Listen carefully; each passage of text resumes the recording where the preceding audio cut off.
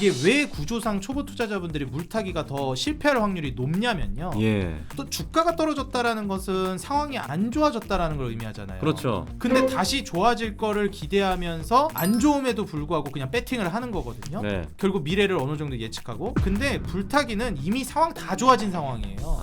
그렇기 때문에 차라리 그런 데서 조금 주가 높게 들어가더라도 거기서 비중을 더 실는 게 성공할 확률이 훨씬 높습니다. 지금 또 착한 암소 아니 오늘 왜 이렇게 칭찬 많이 해주세요. 부담스럽게 착한 암소마을님 저희 그 딕사이트 경제TV에도 항상 이제 오시는 분인데 너무 감사합니다. 세영 앵커님도 주식 투자하실 것 같은데 저도 물론 하죠. 전 전쟁 이후에 들어가서 조금 나쁘지 않습니다. 근데 더 넣지 않아서 아쉬울 뿐. 아무튼 댓글 보니까 이제 요새 바이오 너무 안 갑니다. 바이오랑 2차 전지 이런 얘기했는데. 그러니까 뭐 최근에 어떤 조정이라고 하면 조정일 수도 있는데 코스닥 얘기하시는 것 같아요 아무래도. 네. 코스닥은 오늘도 역시 1.6% 빠지고 있고 바이오 2차 전지 코스닥 시장에 대해서 좀 여쭤볼까요?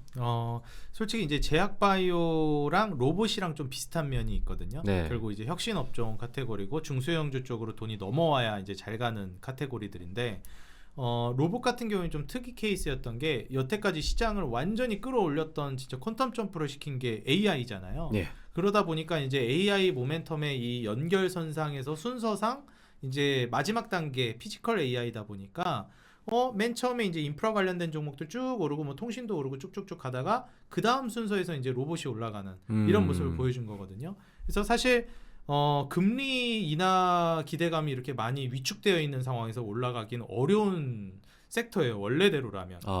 왜냐하면 혁신업종 카테고리니까. 네. 혁신업종이라 하면 아직 이익 구조가 완성이 되면서 안정권에 올라서지 못했는데 그랬는데 이제 기대감만으로 가는 그런 섹터잖아요. 성장성이 있다고 보고.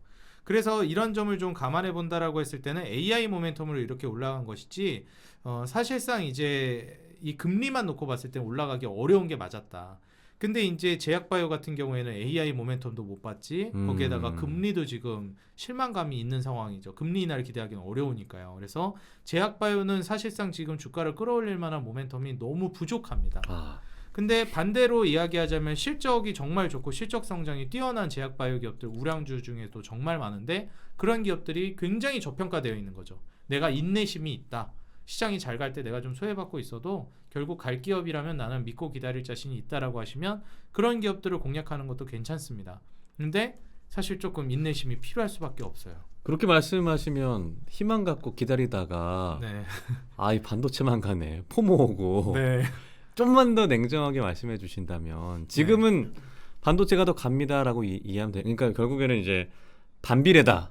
제약바이오는 반도체와 반비례로 갈 것이다라고 이해하면 되는 거예요? 수급적인 측면에서? 사실 이제 반도체랑 같이 갈 수는 있습니다. 근데 이제 그래요? 저는 오히려 반도체랑 반비례한다고 보는 건 플랫폼 소프트웨어 이런 쪽이라고 봐요.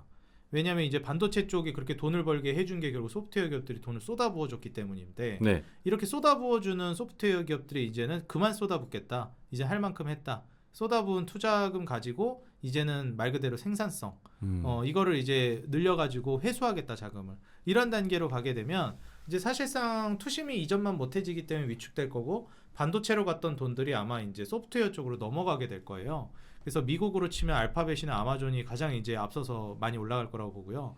뭐 오라클이라든지 팔란티어 같은 경우에도 좋은 모습 보여줄 거라고 봅니다. 뭐 한국으로 치면 네이버 카카오가 되겠죠.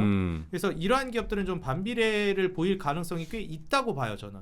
근데 이제 제약바이오 같은 경우에는 한 차례 이제 충격이 있을 때마다 차익 실현을 해야 된다. 아까 전에 이제 그 얘기 나온 것도 말씀해 주셨잖아요. 그래서 이제 이렇게 차익 실현을 할 때가 됐다라고 하면서 차익 실현이 나오면 그 돈들이 결국에는 어디로 향할 것이냐, 그냥 빼버릴 거냐, 아니면은 재진입을 할 거냐인데 솔직히 좀 빼고 있는 것도 어느 정도 있긴 해요. 근데 재진입을 하고 있는 분야가 뭐 코스닥이나 아니면 이제 다른 분야로까지 좀 넘어가고 있기는 합니다. 그래서 사실 제약바이오는 길게 보신다라고 하면 투자하기에는 아직 메리트가 있어요. 근데 결국에 연준 의장이 아직 그 교체가 돼가지고 뭐 어느 정도 방향성을 정해준 게 아니기 때문에 제약바이오는 나중에 충분히 좋은 기업들은 올라가겠지만 이것도 굳이 지금부터 너무 빨리 준비하실 필요까지는 없다. 연준 의장이 이제 방향성을 좀 어느 정도 설정해줬을 때 하셔도 늦지는 않는다. 이거를 좀 말씀드리고 싶고요. 예. 지금 단계에서 저는 진입해 볼 수 있을 만한 거는 2차 전지 쪽이 2차 좀 전지. 유력하다고 봅니다. 오늘도 아래 꼬리가 좀 길게 달렸더라고요. 물론 네. 이제 하락한 종목이 많지만. 그렇죠. 그리고 이제 2차 전지도 그냥 아무 종목이나 보는 게 아니라 네. 이제 외국인 수급이 많이 빠져나가고 있다라고는 하지만 네. 결국 한국 시장의 진짜 메인스트림 그냥 아주 주축을 이루는 그 트렌드는 결국 외국인 수급이 결정을 거의 대부분 하거든요. 아, 그래요. 예, 그렇기 때문에 아무리 외국인들이 빠져나가도 외국인들이 매수하는 종목을 그래도 보셔야 됩니다. 예. 시장이 올라가는데 외국인 매수세가 들어와가지고 많이 매수한 종목들을 보면 외국인이 들어오니까 외국인이 많이 매수한 종목을 봐야 돼가 되지만 외국인이 빠져나갈 때는 외국인이 빠져나가는데도 불구하고 사는 종목이네라고 하면서 보셔야 돼요. 그렇기 때문에 지금 현재 구간에서 그런 종목들이 뭐 몇 개 있는데 2차 전지 쪽에선 삼성 SDI가 1순위고요. 그 다음이 이제 포스코홀딩스입니다. 뭐 포스코홀딩스 같은 경우에는 많은 투자자분들이 그 철강주 아니야? 라고 이제 생각하실 수 있는데 호주 그 리튬 강산 네. 지분도 이제 어느 정도 가지고 있기 때문에 리튬 강산 시너지를 좀 기대해 볼 수 있다라고 봐요. 그래서 그러한 지점도 좀 보시는 게 좋고, 그리고 이제 오늘 시장까지 이제 놓고 보면 굉장히 좀 두드러지는데, 아까 전에는 안 그랬는데 삼성 SDI가 이제 그 외국인 수급 순위에서는 최상단입니다. 이게 그 시장이 많이 떨어진 게 지난주 금요일이잖아요. 그렇죠. 그리고 오늘도 많이 떨어졌었고, 네. 그래서 지난주랑 오늘 빠지고 오늘 이제 막판에 조금 말아 올린 건데, 그래서 제가 잠깐 화면을 통해서 보여드릴게요. 네. 전체 중에서 이제 전체 종목 중에서 외국인들 기준으로 놓고 보고 수량으로 보면은 조금 착시 효과가 있을 수 있어서 금액 기준으로 네. 외국인이 제일 큰 돈을 넣은 주식이 어디냐? 지난주 금요일 15일부터 오늘까지. 그래서 이 거래일 동안 외국인들이 시장이 이렇게 단기간에 많이 빠졌을 때 제일 많이 매수한 거 금액 기준으로 삼성 SDI입니다. 지난 금요일에 엄청 샀네요. 네, 어마무시하게 샀기도 했고, 예. 삼성 SDI가 1등이고 그 다음이 뭐 현대중공업, 하나마이크론, 파두, 산일전기 이런 종목들이 쭉쭉쭉 있어요. 그러다가 이제 보시게 되면 이건 뭐 조선주고 또 뭐 반도체, 파두가 저는 그래서 좀 눈여겨볼 만한 건데 이건 조금 이따 얘기하고. 예. 이제 산일전기, 뭐 전력인프라도 있고 삼성물산, 지주사, 그다음 한국금융지주, 뭐 증권사 있는데 또 중복되는 게 하나가 나오죠. 포스코홀딩스. 철강이라고 볼 수 있겠지만 포스코홀딩스는 이제 2차 전지 모멘텀으로도 많이 움직이는 종목이에요. 그렇기 때문에 지금 현재 삼성 SDI를 중심으로 해서 포스코홀딩스와의 좀 교집합을 보셔도 좋을 것 같고요.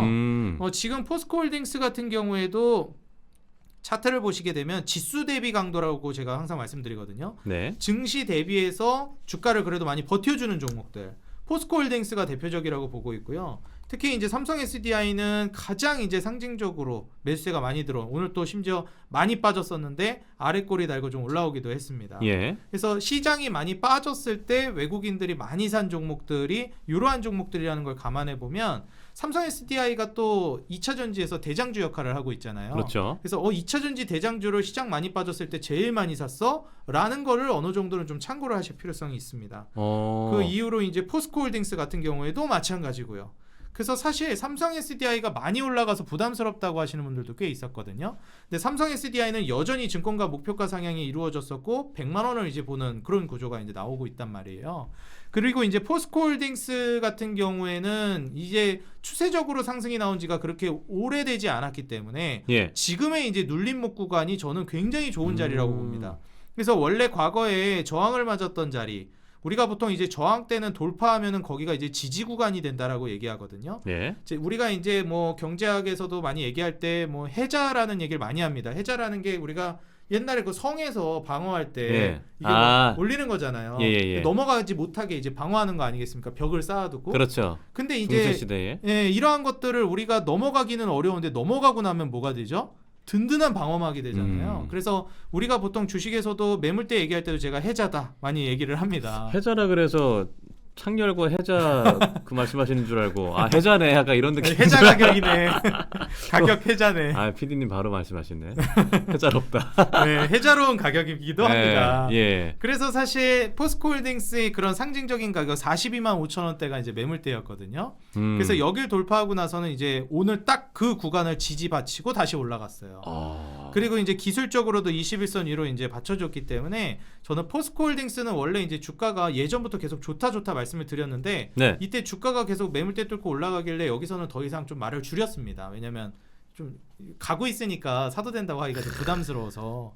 근데 지금은 그냥 자신 있게 사셔도 될 것 같아요. 그래요. 네, 그래서 포스코홀딩스 같은 경우에는 장기적으로 철강 모멘텀도 저는 좋다고 보기 때문에 철강 모멘텀에 호주 리튬 강산 모멘텀 그리고 외국인 수급도 꾸준히 들어오고 있습니다. 네. 단순히 그 2거래일 동안 외국인들이 뭐 시장 빠졌을 때 잠깐 많이 들어온 것도 중요하지만 네. 정말 길게 봤을 때는 외국인들이 꾸준히 사서 모으고 있느냐도 중요하거든요. 근데 화면에 이제 보시게 되면 24년부터 25년 특히 2026년 최근 들어서 외국인들 보유 비중이 좀 많이 늘어나기 시작했어요. 이미 2024년 정도부터 늘리기는 했는데 떨어지면서도 계속 샀고요. 근데 이제 최근에 외국인 보유 비중이 더 많이 늘어나기 시작했다라는 거 4월 들어서면서부터. 그래서 이런 점을 좀 참고해 봤을 때는 포스코홀딩스랑 삼성 SDI 같은 이런 2차 전지 주축이 되는 종목들은 이번에 시장 조정을 딛고 추후에 뭐 시장 분위기만 좀 바뀌면 훨씬 더 많이 올라갈 수 있을 만한 종목군이라고 봅니다. 제가 이제 포스코홀딩스는 잘 기억이 안 나는데 삼성 SDI는 여전히 사실 이 영업 손실을 보고 있는 기업이잖아요. 네, 맞아요. 물론 이제 손실폭을 좀 줄였다라고는 합니다만 포스코홀딩스는 실적이 좀 어떻게 나오고 있나요? 포스코홀딩스 같은 경우는 이제 같이 한번 실적을 보시게 되면 마찬가지로 이제 포스코홀딩스는 이제 작년 말에 이제 당기 순이익이 좀 안 좋게 나왔는데 솔직히 이 부분은 보통 연말에 이제 이러한 부분들 많이 그 반영을 시켜가지고 이렇게 좀 적자가 나오는 경우가 있습니다. 근데 올해부터는 좀 많이 달라질 것 같기는 해요. 왜냐하면 작년까지는 이렇게 뭐 철강 분위기가 그렇게 좋지가 않았습니다. 근데 이제 올해부터는 업황이 많이 턴어라운드 되고 있다라고 많이 보고 있기도 하고요.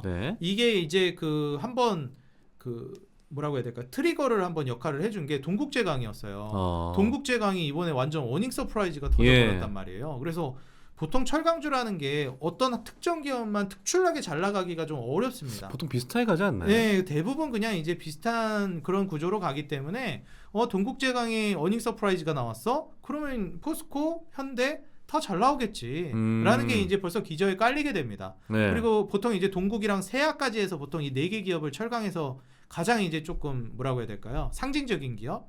제가 이렇게 표현을 하거든요. 그럼 이제 요 4개의 그룹 같은 경우에는 전반적으로 업황이 좀 돌아서기 시작했다라는 신호탄으로 좀 해석해 볼 수 있어요. 거기에다가 경기가 오랜 시간 동안 안 좋았고 이제 좋아질 기미를 우리가 기대하고 있는 거잖아요. 물론 물가가 올라가서 좀 아쉽긴 하지만 경기가 그래도 과거에 비해서는 조금 좋아지고 있다라는 평가를 내리고 있는 건 사실입니다. 그래서 사실 이러한 점을 보면 장기적으로 봤을 때 영원한 불경기가 없다라는 걸 생각해 보면 다시 이제 경기 사이클 회복을 전망해 보면 포스코홀딩스뿐만 아니라 대부분의 이제 철강 기업들의 이익 전망치가 좀 좋게 나오고 있어요. 그래서 포스코홀딩스는 올해뿐만 아니라 내년, 내후년까지 매출이라든지 이익 캐파 자체가 크게 올라갈 걸로 기대하고 있고 마진율도 이제 올라설 걸로 기대합니다. 그러면 이제 포스코홀딩스 뭐 본연으로 가지고 있는 2차 전지 모멘텀에 철강 모멘텀까지 기대를 해볼 수 있고 제일 중요한 게 중국 물량이 좀 많이 철강 산업에 타격을 줬어요.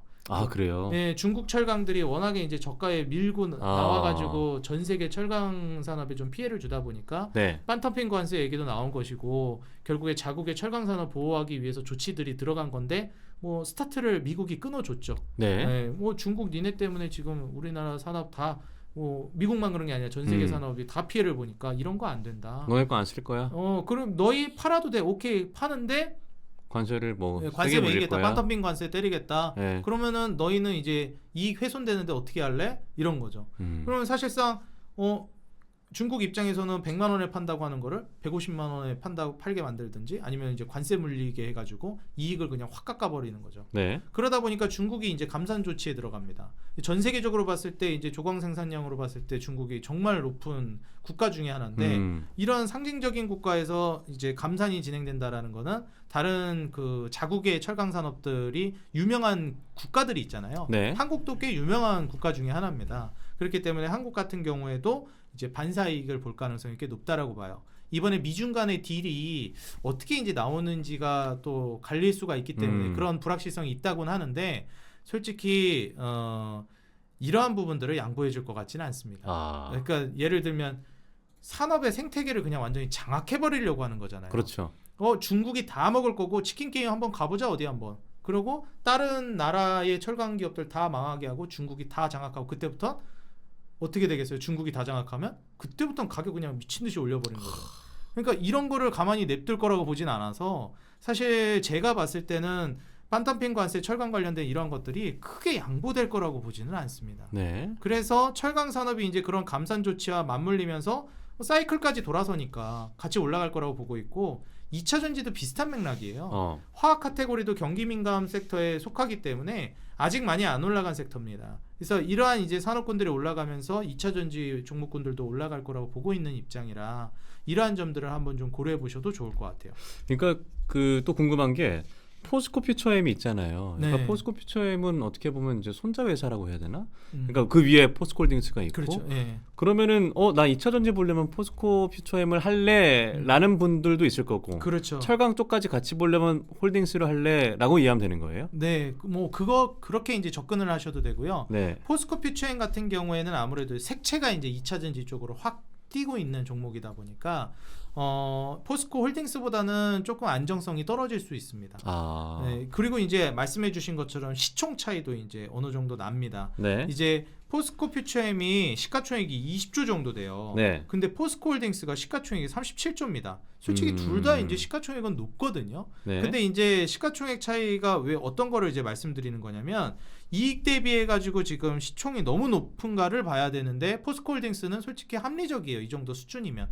근데 주가 흐름은 퓨처엠이 더 많이 빠진 것 같긴 해서 여쭤본 거거든요. 맞아요. 많이 빠지기는 했어요. 근데 네. 이제 솔직히 포스코 퓨처엠을 이제 재물을 들여다보면은 얘기가 좀 바뀝니다. 아, 그래요? 네, 이게 영업이익률이 한 5%대를 전망해요. 지금이 아니라 늘어난 걸 땡겨 왔을 때 선행해서 올해는 한 2%대를 봅니다. 순이익률은 0.7%대 보고 이러니까 이제 이익이 늘어난 걸 산정하더라도 좀 낮아요. 근데 이제 뭐 재무 차트를 보게 되면 뭐 29년도로 가면 확 이제 드라이브 걸리면서 거의 1조 가까이 뭐 9천억 정도 영업이익을 전망하고 순이익도 뭐 한 2천억 넘게 이제 전망한다 이러기는 하는데 네.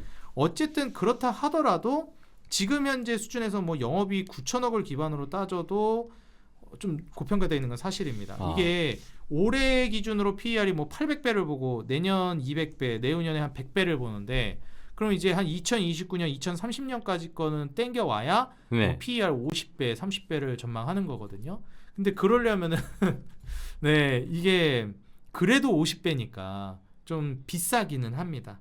그러니까 성장 모멘텀을 보고 이제 가는 거긴 한데 시가총액이 이게 뭐 엄청 싸다라고 보기는 어려워요, 솔직히 말해서. 예. 그래서 그런 점을 좀 감안해 보면 안정성은 포스코홀딩스가 좀 더 뛰어나고요. 그리고 성장 모멘텀이나 이제 탄력도는 포스코 퓨처엠이 좀 더 세다라고 볼 수 있을 것 같아요. 지금 말씀하신 2차 전지주 삼성 SDI 뭐 대장이다. 그리고 또 이제 소재 관련해서 또 철강을 하고 있는 포스코홀딩스가 좋다라고 말씀을 하셨는데 다른 어떤 소재주라고 해야 될까요? 에코프로비엠이랑 LNF도 최근에 주가 흐름 보면 좀 많이 빠져서 그동안 좀 주목됐던 종목이어서 좀 지금 구간에서 들어가는 게 괜찮을까라고 했을 때는 어떤 좀 평가를 내리시겠어요? LNF 같은 경우에도 저는 지금 자리가 굉장히 좋은 것 같아요. 네. 왜냐하면 우리가 이제 그 2차 전지가 아직 제대로 이익 구간으로 올라서지 못했다라는 이제 말씀도 해주셨잖아요. 그렇죠. 예. 예, 그게 사실 아직 이익이 제대로 나고 있지는 않지만 적자폭을 대폭 축소하면서 빤히 이제 이익 전환할 게 보이니까 미리미리 이제 벌써 이익 전환한 것처럼 반영해서 예. 이제 된 건데 LNF는 좀 얘기가 다릅니다. 훨씬 속도가 더 빨라요. 그래서 이제 어닝 서프라이즈가 이제 나오는 모습을 보여줬고, 예. 그래서 지금 현재 LNF 같은 경우에 이제 보게 되면은 지금 현재 수준에서 봤을 때는 올해 1분기, 뭐 작년 그 3분기나 4분기 이제 영업이익이 흑자 전환을 하면서 조금씩 올라오기 시작했어요. 근데 이제 올해 영업이익이 정말 잘 나오면서 1분기가 그러네요. 와, 1,100억. 와, 대단하네요. 그래서 정말 잘 나왔고 예. 물론 순이익이 적자가 나왔기 때문에 아쉽긴 하지만 예. 영업이익 폭이 지금 완전히 돌아서기 시작했다라는 점은 충분히 우리가 이제 좀 주목해 볼 만한 포인트입니다. 그리고 내년부터는 이제 내년이 아니죠. 2분기부터는 순이익도 흑자 전환을 전망하고 있어서 네. 2차 전지 종목들 중에서 이제 이익 흑자 전환이 굉장히 빠른 종목군에 속하는 뭐 거의 가장 빠르다고 봐도 될 정도로 빠르게 이제 돌아서고 있는 기업이에요. 근데 이제 이 LNF가 지금 기대감을 많이 불러 모았던 게 삼성 SDI와의 시너지거든요. 네. 그래서 삼성 SDI와의 이제 연결고리를 통해서 많이 바뀔 것이다. 그런 기대감으로 좀 많이 올리고 있는데 지금 PER이나 이런 걸 따져봐도 추후의 성장 모멘텀을 보면 2029년까지 성장을 또 그래도 꾸준히 가져가지 않겠는가라는 이제 기대감도 있고 지금 최근에 이제 주가를 올렸던 거를 시장이 아무래도 위축되니까 많이 뺐단 말이에요. 네. 그래서 신규 진입을 고려하기에 굉장히 괜찮은 자리입니다. 앞서서 뭐 해자 말씀드렸는데 네, 저항을 이제 맞았던 자리가 창렬 아닌 해자. 네. 저항을 맞았던 이제 구간을 돌파하고 나서는 지금 최근에 이 구간을 지지해 준 걸 확인할 수 있어요. 이 아래로 지금 주가가 안 떨어지는 걸 확인할 수 있거든요. 그래서 이게 좀 잘 안 보이실 수 있어서 좀 더 굵게 보여드리자면 예. 지금 딱 제가 보여드리는 이 선을 그어드린 구간이 이제 저항을 맞았던 구간인데 61선 아래로 빠졌네. 51선인가요? 네. 네, 51선입니다. 51선 아래까지도 빠졌네요. 네, 51선 아래로까지도 이제 빠졌다가 딱 이제 매물대 지지받치고 이제 다시 올라오는 그런 자리이기 때문에 사실 15만 원 가격대를 사수하는 게 굉장히 좀 중요하다라고 저는 봤어요. 근데 이제 어쨌든 15만 원 언저리에서 가격대를 이제 좀 사수하는 모습을 보여주고 있어서 네. LNF는 저는 진입을 고려해 보셔도 좋을 만한 괜찮은 기업이라고 봅니다. 알겠습니다. 실적도 너무 좋았고 지금 이 주가 흐름에도 괜찮은 구간이다라는 말씀.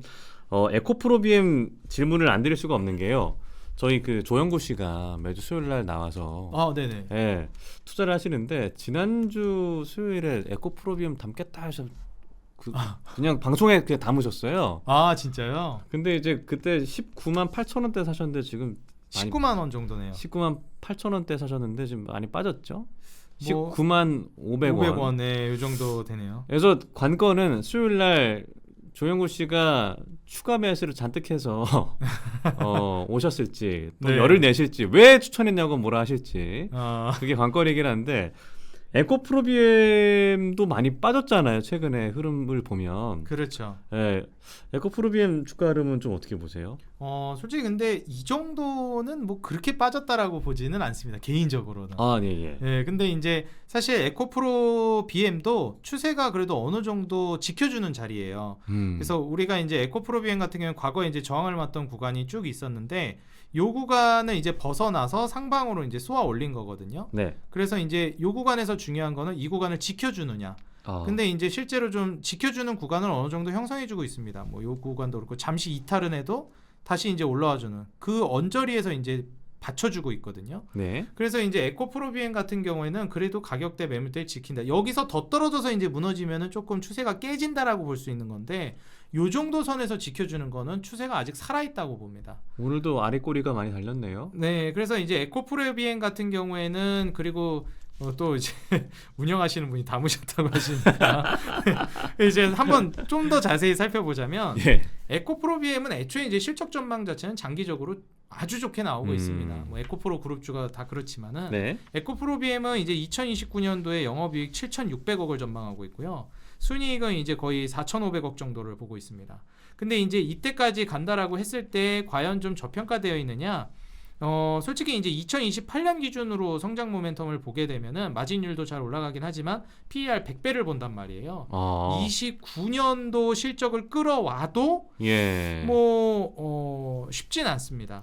그런데 PER이 뭐 이제 저평가돼 있다라고 보기는 어려워요. 근데 이제 2029년도는 그래도 당기순이 4천억대를 본단 말이에요. 그래서 4천억대를 본다라고 그걸 가정을 했을 때는 솔직히 지금 뭐 2천억대를 전망할 때랑은 많이 얘기가 다를 거라고 봅니다. 근데 조금 더 멀리 보긴 해야 되네요. 그렇죠. 좀 더 멀리 보긴 해야죠. 근데 솔직히 이게 이거 마진율 대비해서 PER 너무 높은 거 아닌가요? 막 이러실 수는 있는데 결국에 이제 이 2차 전지도 어쨌든 화학 같은 경우도 그렇고 철강도 그렇고 사이클 모멘텀을 많이 타기 때문에 사이클이 돌아서면 주가는 좀 돌아섭니다. 그래서 사이클이 돌아서고 있는 단계에서는 그 실적 전망치도 충분히 또 많이 바뀔 수도 있고요. 그래서 에코프로비엠은 지금 구간에서 공략하는 거는 뭐 들어가셨다고 해서 좋게 얘기하는 건 아니지만 그냥 사고 있는 게 낫겠네요. 네, 저는 그냥 가지고 쭉 가져가시면 손해는 보기 어려울 거라고 보는 입장입니다.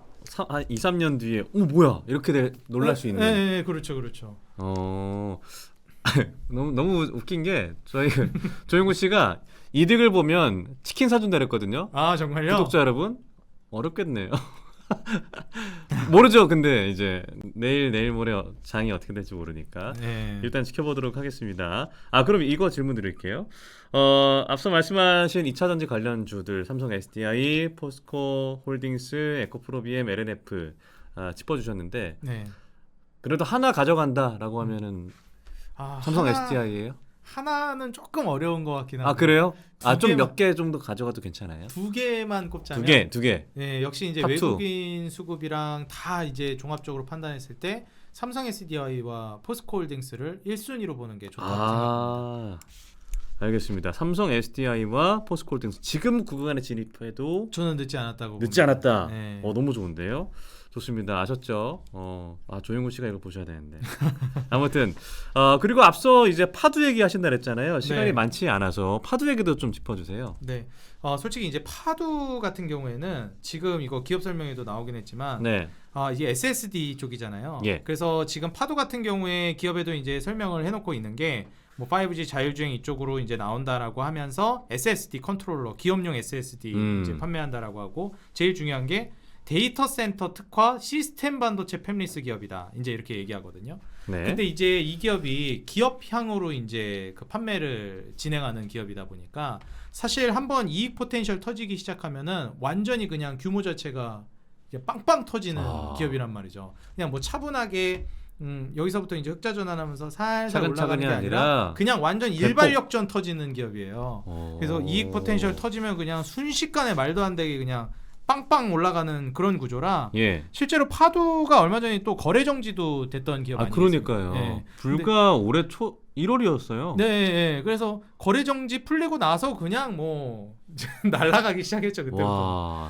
그래서 이제 발동 걸리기 시작했고 파두가 상장한 지도 얼마 안 됐지만 솔직히 이익도 계속 못 내고 있는 기업이었습니다.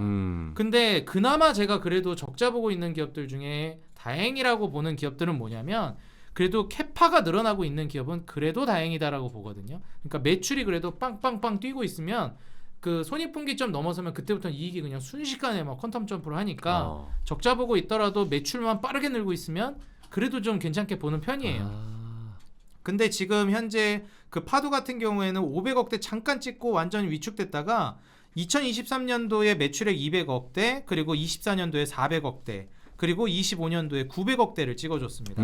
그리고 올해가 이제 3천억을 전망하고 있어요. 그러니까 뛰는 속도 자체가 이제 굉장히 빠르다라고 볼 수 있는 매출액은 거고. 그래도 꾸준히 늘었네요. 네, 그래서 23년 이후로는 그래도 매출은 계속 늘고 있었습니다. 그래서 파두가 이제 상장했을 때의 시점을 살펴보게 되면 2023년이란 말이에요. 그래서 2023년도에 상장하고 나서부터 이때가 매출이 최바닥이었고 최바닥은 아니지만 이때 이제 좀 낮았고 23년 상장한 이후로는 매출은 그래도 계속 늘긴 했습니다. 그리고 이제 거래 정지가 잠깐 됐었고 26년 올해부터는 거의 뭐 3배가 넘는 매출 상승이 있었고 영업이익과 순이익도 흑자 전환을 기대하고 있는 상황이죠.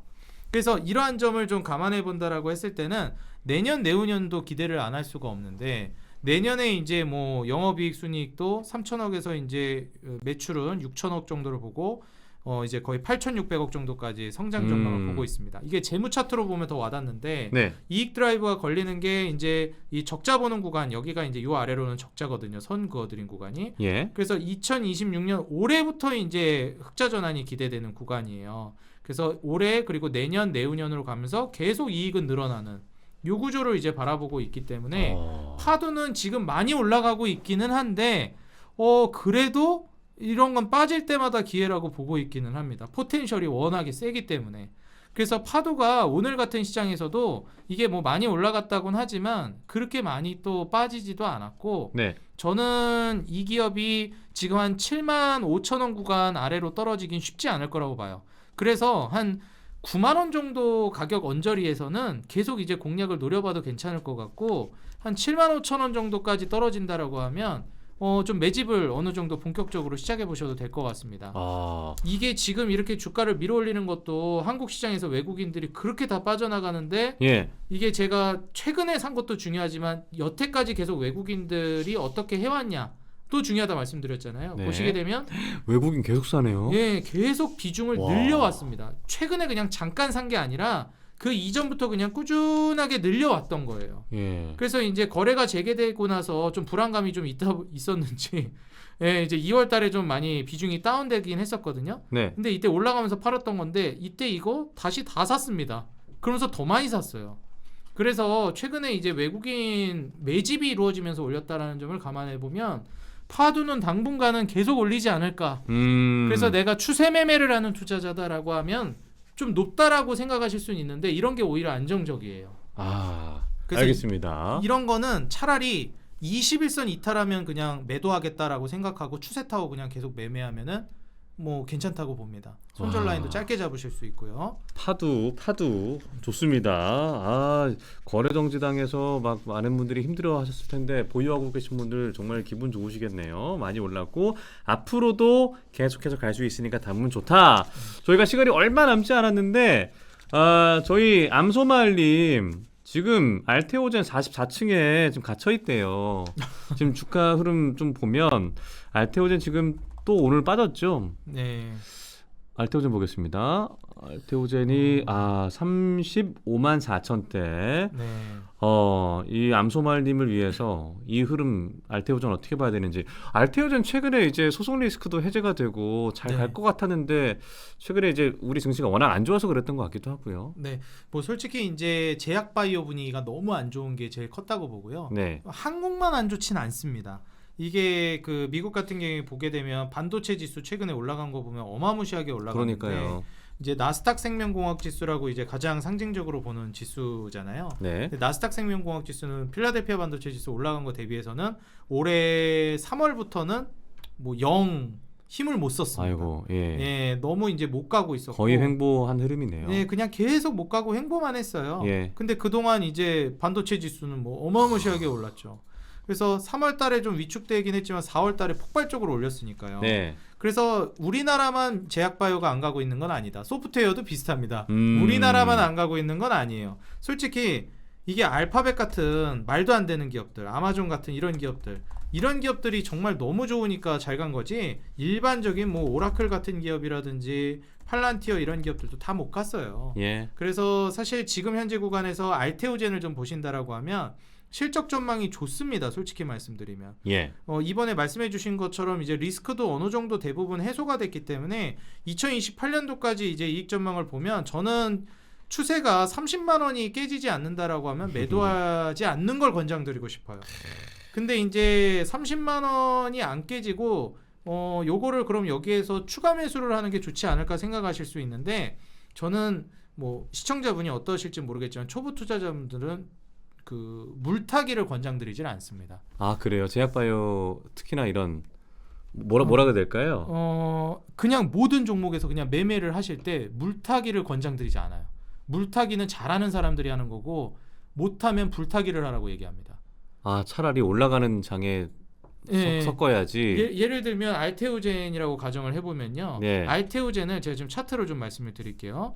알테오젠을 예를 들어서 내가 50만 원에 샀어요.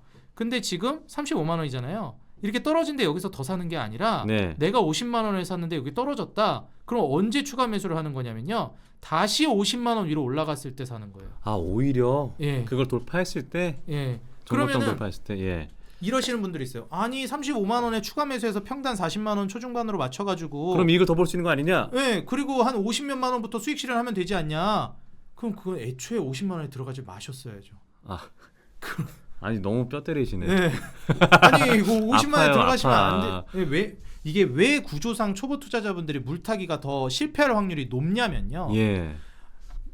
또 주가가 떨어졌다라는 것은 상황이 안 좋아졌다라는 걸 의미하잖아요. 그렇죠. 근데 다시 좋아질 거를 기대하면서 안 좋음에도 불구하고 그냥 배팅을 하는 거거든요. 결국 미래를 어느 정도 예측하고. 근데 불타기는 이미 상황 다 좋아진 상황이에요. 그렇기 때문에 차라리 그런 데서 조금 주가 높게 들어가더라도 거기서 비중을 더 실는 게 성공할 확률이 훨씬 높습니다. 그리고 그런 구간에서 들어가시게 되면 재빠르게 또 이제 빨리빨리 수익 실현을 하시기 때문에 네. 물타기는요 밑에서 떨어져서 더 샀는데 더 빠지면 답이 없어요 그냥. 그래서 차라리 올라갈 때 더 사시는 게 낫다. 이게 뭐 가격 얼마에 사셨다고 하셨죠? 44층이래요. 44층이면 추세 돌릴 때 차라리 저는 불타기 하시는 게 낫고 더 좋은 전략은 그냥 추매 안 하는 걸 권장드립니다. 추매 안 하는 거. 근데 어차피 어렵다고 하시네요. 네. 추매가 어렵다고 하시네요. 예, 물타기 어렵다고 점점점 하시니까. 그죠? 그러면... 암손마을님 차라리 불타기를 하셔라라는 네. 점입니다. 지금 이제 17분께서 계속해서 시청해주고 계신데 임미님 거 잠깐 짚고 저희 마무리할게요. 네네. 추가 시간 더 연장합니다. 자, 가온 칩스도 한번 부탁드려요. 이렇게 하셨어요.